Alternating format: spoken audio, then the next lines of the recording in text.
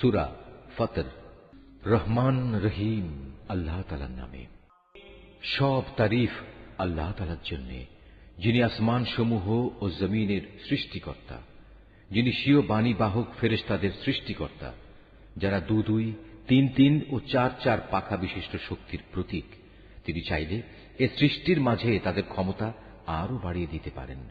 অবশ্যই আল্লাহ তাআলা সব বিষয়ের উপর সর্বময় ক্ষমতার মালিক। তিনি মানুষের জন্য কোনো অনুগ্রহের পথ খুলতে চাইলে কেউই তার সে পথ রোধকারী নেই। আবার তিনি যা কিছু বন্ধ করে রাখেন তারপর তা কেউই তার জন্য পুনরায় পাঠাতে পারে না। তিনি মহাপরাক্রমশালী, প্রবল প্রজ্ঞাময়। হে মানুষ, তোমরা তোমাদের উপর আল্লাহ তাআলার নিয়ামত সমূহের কথা স্মরণ করো। আল্লাহ তাআলা ছাড়া কি তোমাদের আর কোন স্রষ্টা আছে যে তোমাদের আসমান ও জমিন থেকে রিজিক সরবরাহ করে? তিনি ছাড়া তোমাদের আর কোনই মাবুদ নেই। তারপরেও তোমরা কোথায় কোথায় ঠোকর খাচ্ছ? হে নবী, যদি এরা তোমাকে মিথ্যা প্রতিপন্ন করে তাহলে উদ্বিগ্ন হয়ো না, কেননা তোমার আগেও নবীদের এভাবে মিথ্যা প্রতিপন্ন করা হয়েছিল। আর সবকিছু তো আল্লাহ তাআলার কাছেই প্রত্যাবর্তিত হবে। হে মানুষ, আখিরাত সম্পর্কিত আল্লাহ তাআলার ওয়াদা অবশ্যই সত্য। সুতরাং দুনিয়ার এ জীবন যেন তোমাদের কোনো দিনই প্রতারিত করতে না পারে।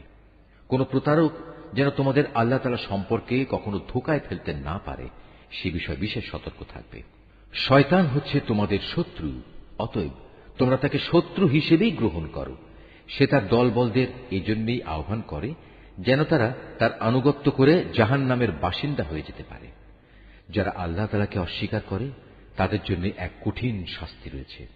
অপরদিকে যারা তাঁর উপর ঈমান আনে এবং ভালো কাজ করে তাদের জন্য তোমার মালিকের ক্ষমা ও মহান প্রতিদান রয়েছে। অতঃপর সে ব্যক্তি যার খারাপ কর্মকাণ্ড তার চোখের সামনে শোভন করে রাখা হয়েছে, সে তাকে উত্তম কাজ হিসেবেই দেখতে পায়। নিঃসন্দেহে আল্লাহ তাআলা যাকে চান তাকে গোমরা করেন, আবার যাকে চান তাকে তিনি হেদায়েত দান করেন। তাই হে নবী, তাদের উপর আক্ষেপ করতে গিয়ে দেখো তোমার জীবন যেন বিনষ্ট হয়ে না যায়। তুমি ধৈর্য ধারণ করো, কেননা ওরা যা কিছু করছে আল্লাহ তাআলা তা ভালো করেই জানেন। আল্লাহ তাআলাই সেই মহান সত্তা যিনি তোমাদের জন্য বায়ু প্রেরণ করেন, অতঃপর তা মেঘমালাকে উড়িয়ে নিয়ে যায়। পরে তা আমি এক নির্জীব ভূখণ্ডের দিকে নিয়ে যাই। এরপর এক পর্যায়ে তা দিয়ে জমিনকে তার নির্জীব হওয়ার পর পুনরায় আমি জীবন্ত করে তুলি। ঠিক এভাবেই একদিন মানুষেরও পুনরুত্থান হবে। অতএব যদি কেউ মান মর্যাদা কামনা করে তার জানা উচিত যাবতীয় মান মর্যাদা একমাত্র আল্লাহ তাআলার জন্যই। তার দিকে শুধু পবিত্র বাক্যই উঠে আসতে পারে, আর নেক কাজই তা উচ্চাসনে ওঠায়। যারা সত্যের বিরুদ্ধে নানা ধরনের মন্দ কাজের ফন্দি আঁটে তাদের জন্য রয়েছে কঠোর আযাব। তাদের সব চক্রান্ত চূড়ান্তভাবে ব্যর্থ হবে। আল্লাহ তাআলাই তোমাদের মাটি থেকে পয়দা করেছেন, অতঃপর এক বিন্দু শুক্র থেকে তিনি জীবনের সূত্রপাত ঘটিয়েছেন। এরপর তোমাদের তিনি নরনারীর জোড় বানিয়েছেন। এখানে কোনো নারী গর্ভবতী হয় না এবং সে কোনো সন্তান প্রসব করে না, যার জ্ঞান আল্লাহ তাআলার কাছে পূর্বাহ্নে মজুদ থাকে না। আবার কারো বয়স একটু বাড়ানো হয় না এবং একটু কমানোও হয় না, যা কোনো গ্রন্থে সংরক্ষিত নেই। নিঃসন্দেহে এটা আল্লাহ তাআলার জন্য নিতান্ত সহজ ব্যাপার। দুটো পানির সমুদ্র এক সমান নয়। একটির পানি সুমিষ্ট ও সুপেয়, অন্যটি হচ্ছে লোনা ও বিস্বাদ। তোমরা এর প্রত্যেকটি থেকেই মাছ শিকার করে তার তাজা গোশত আহার করো এবং মুক্তার অলংকার বের করে আনো, এবং তোমরা আরো দেখতে পাও কিভাবে সেখানে জলযানসমূহ পানি চিরে চলাচল করে, যাতে করে তোমরা আল্লাহ তাআলার দেয়া রিজিক অনুসন্ধান করতে পারো এবং যাতে করে তার প্রতি তোমরা কৃতজ্ঞতা আদায় করতে পারো। তিনি রাতকে দিনের ভেতর এবং দিনকে রাতের ভেতর প্রবেশ করান। তিনি সূর্য ও চন্দ্রকে নিয়ন্ত্রিত করেন। এরা সবাই এক সুনির্দিষ্ট কাল পর্যন্ত আবর্তন করবে।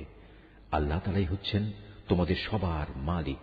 সার্বভৌমত্ব তাঁর জন্যই। তাকে বাদ দিয়ে তোমরা অন্য যেসব মাবুদকে ডাকো তারা তো তুচ্ছ একটি খেজুরের আটির বাইরে ঝিল্লিটির মালিকও নয়। যদি তোমরা তাদের ডাকো, প্রথমত তারা তো শুনবেই না। যদি তারা তা শোনেও তবে তারা তোমাদের ডাকের কোনো উত্তর দেবে না।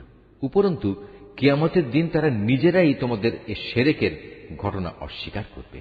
এ সম্পর্কে একমাত্র সুবিজ্ঞ আল্লাহ তাআলা ছাড়া অন্য কেউই তোমাকে কিছু অবহিত করতে পারবে না।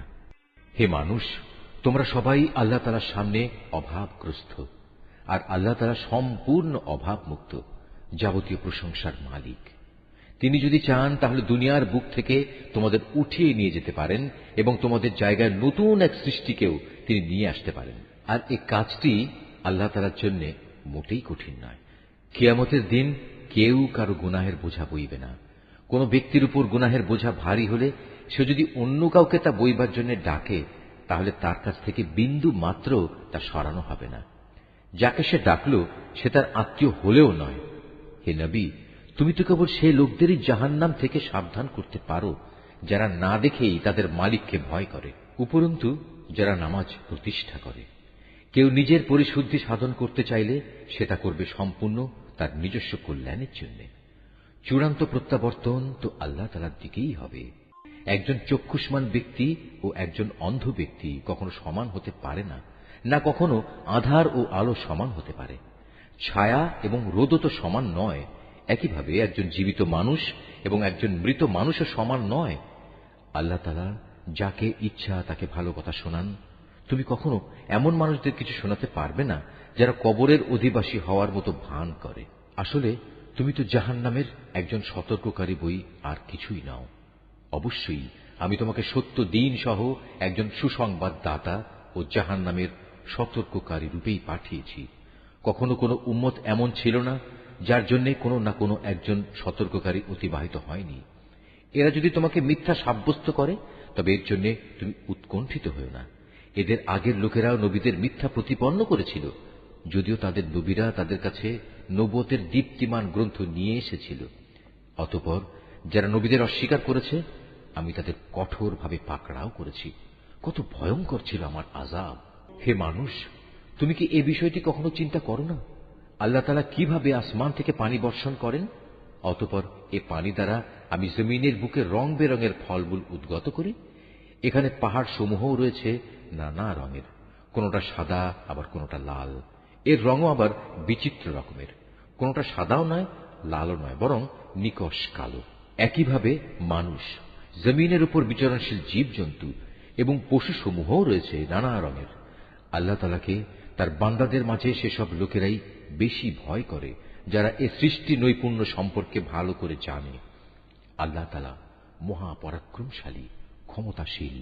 যারা আল্লাহ তাআলার কিতাব পাঠ করে, নামাজ প্রতিষ্ঠা করে, আমি তাদের যে রিজিক দিয়েছি তা থেকে যারা আমারই উদ্দেশ্যে গোপনে কিংবা প্রকাশ্যে দান করে, মূলত তারা এমন এক ব্যবসায় নিয়োজিত আছে যা কোনো দিন তাদের জন্য লোকসান বয়ে আনবে না, কেননা আল্লাহ তাআলা তাদের কাজের পুরোপুরি বিনিময় দান করবেন। নিজ অনুগ্রহে তিনি তাদের পাওনা আরো বাড়িয়ে দেবেন। অবশ্যই তিনি ক্ষমাশীল, গুণগ্রাহী। হে নবী, যে কিতাব আমি তোমার উপর ওহী করে পাঠিয়েছি তাই একমাত্র সত্য। এর আগের যেসব কিতাব রয়েছে এই কিতাব তার সমর্থনকারী। অবশ্যই আল্লাহ তাআলা তার বান্দাদের ভালো করেই জানেন এবং তাদের ভালো করেই তিনি দেখেন। অতঃপর আমি আমার বান্দাদের মাঝে তাদের সে কিতাবের উত্তরাধিকারী বানিয়েছি। আমি যাদের এই কাজের জন্য বাছাই করে নিয়েছি, তারপর তাদের কিছু লোক নিজেই নিজের উপর জালেম হয়ে বসল। তাদের মধ্যে কিছু মধ্যমপন্থীও ছিল, তাদের মাঝে আবার এমন কিছু লোক ছিল যারা আল্লাহর মেহেরবানিতে নেক কাজে ছিল অগ্রগামী। আসলে এটাই হচ্ছে আল্লাহর সবচেয়ে বড় অনুগ্রহ। সেদিন তারা এক চিরস্থায়ী জান্নাতে প্রবেশ করবে, যেখানে তাদের সোনায় বাঁধানো ও মুক্তা খচিত কাঁকন পরানো হবে। সেখানে তাদের পোশাক হবে রেশমের। সেদিন তারা বলবে, আল্লাহর শুকর, তিনি আমাদের কাছ থেকে যাবতীয় দুঃখ কষ্ট দূরীভূত করে দিয়েছেন। অবশ্যই আমাদের মালিক ক্ষমাশীল, গুণগ্রাহী, যিনি তার একান্ত অনুগ্রহ দিয়ে আমাদের এত সুন্দর নিবাসের ব্যবস্থা করে দিয়েছেন, যেখানে আমাদের কোন রকম কষ্ট স্পর্শ করবে না আমাদের কোন রকম ক্লান্তি ও অবসাদ। অপরদিকে যারা দুনিয়ায় আল্লাহ তাআলাকে অস্বীকার করেছে তাদের জন্য রয়েছে জাহান্নামের আগুন।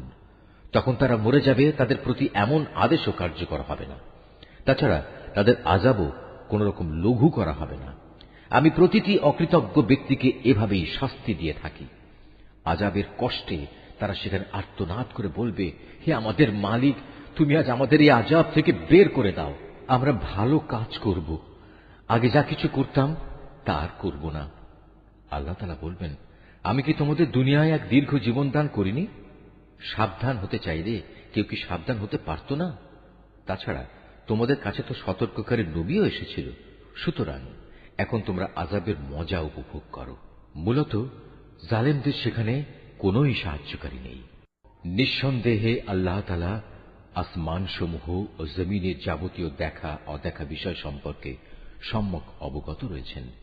এমনকি মানুষের মনের ভেতরে যা কিছু লুকিয়ে আছে সে সম্পর্কেও তিনি ভালো করে জানেন। তিনি এ জমিনে তোমাদের তার প্রতিনিধি বানিয়েছেন। এখন যে কোনো ব্যক্তি কুফরি করবে, তার কুফরি ও কুফরির ফলাফল তার নিজের উপরই পড়বে। কাফেরদের জন্য এ কুফরি কেবল তাদের প্রতি তাদের মালিকের ক্রোধই বৃদ্ধি করে। তদুপরি কাফেরদের এ কুফরি তাদের নিজেদের বিনাশ ছাড়া আর কিছুই বৃদ্ধি করে না। হে নবী, তুমি এদের বলো, তোমরা সেসব শরীরদের কথা ভেবে দেখেছ কি যাদের তোমরা আল্লাহর বদলে ডাকো? আমাকে দেখাও তো, তারা এ জমিনের কিছু সৃষ্টি করেছে কিনা, কিংবা আকাশমণ্ডল সৃষ্টির পরিকল্পনার মাঝে তাদের কোনো অংশ আছে কিনা?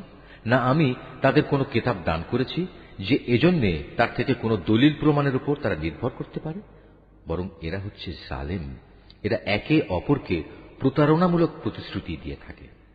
বস্তুত আল্লাহ তাআলাই আসমান সমূহ ও জমিনকে স্থির করে ধরে রেখেছেন, যাতে করে ওরা স্বীয় কক্ষপথ থেকে বিচ্যুত না হতে পারে। যদি কখনো ওরা কক্ষচ্যুত হয়েই পড়ে, তাহলে তুমি বলো, আল্লাহ তাআলার পর এমন কে আছে যে এদের উভয়কে পুনঃস্থির করতে পারবে? অবশ্যই তিনি মহা সহনশীল, ক্ষমাপরায়ণ। এরাই একসময় সুদৃঢ় কসম করে বলতো, যদি তাদের কাছে আল্লাহ তাআলার কাছ থেকে কোনো সতর্ককারী নবী আসে, তাহলে তারা অন্য সকল জাতি অপেক্ষা তার প্রতি অধিকতর আনুগত্যশীল হবে। অতঃপর সত্যিই যখন তাদের কাছে সতর্ককারী নবী এলো, তখন দেখা গেল তার আগমন এদের সত্য বিমুখতাই শুধু বাড়িয়ে দিল। বৃদ্ধি পেল আল্লাহর জমিনে এদের অহংকার প্রকাশ ও তাতে কুটিল ষড়যন্ত্র। কুটিল ষড়যন্ত্র জাল অবশ্য ষড়যন্ত্রকারী ছাড়া অন্য কাউকে স্পর্শ করে না। তবে কি তারা অতীতে ষড়যন্ত্রকারীদের সাথে যা কিছু ঘটেছে এখনো তেমন ধরনের কিছুর প্রতীক্ষা করছে? তাই যদি হয় তবে শুনে রাখো, তুমি এদের বেলায়ও আল্লাহর বিধানের কোনো পরিবর্তন দেখবে না, না কখনো তুমি এ ব্যাপারে আল্লাহর বিধান নড়াচড়া অবস্থায় দেখতে পাবে। তারা কি জমিনে পরিভ্রমণ করেনি? তারা কি তাদের আগের বিদ্রোহী লোকদের পরিণাম দেখেনি তা কেমন ভয়াবহ ছিল? অথচ তারা এদের তুলনায় ছিল অনেক বলশালী। কিন্তু আল্লাহর সিদ্ধান্ত যখন এলো, তখন আসমান সমূহ ও জমিনের কোনো কিছুই তাকে ব্যর্থ করে দিতে পারল না। অবশ্যই তিনি সর্বজ্ঞ, সর্বশক্তিমান। আল্লাহ তাআলা মানুষকে তার বিদ্রোহমূলক আচরণের জন্য পাকড়াও করতে চাইলে ভূপৃষ্ঠের কোনো একটি জীব জন্তুকেও তিনি রেহাই দিতেন না, কিন্তু তিনি তাদের একটি সুনির্দিষ্ট সময় পর্যন্ত অবকাশ দিয়ে থাকেন। অতঃপর একদিন যখন তাদের নির্দিষ্ট সময় আসবে, তখন তিনি তাদের পাকড়াও করবেন। আল্লাহ তাআলা অবশ্যই তার বান্দাদের যাবতীয় কার্যকলাপ পর্যবেক্ষণ করেন।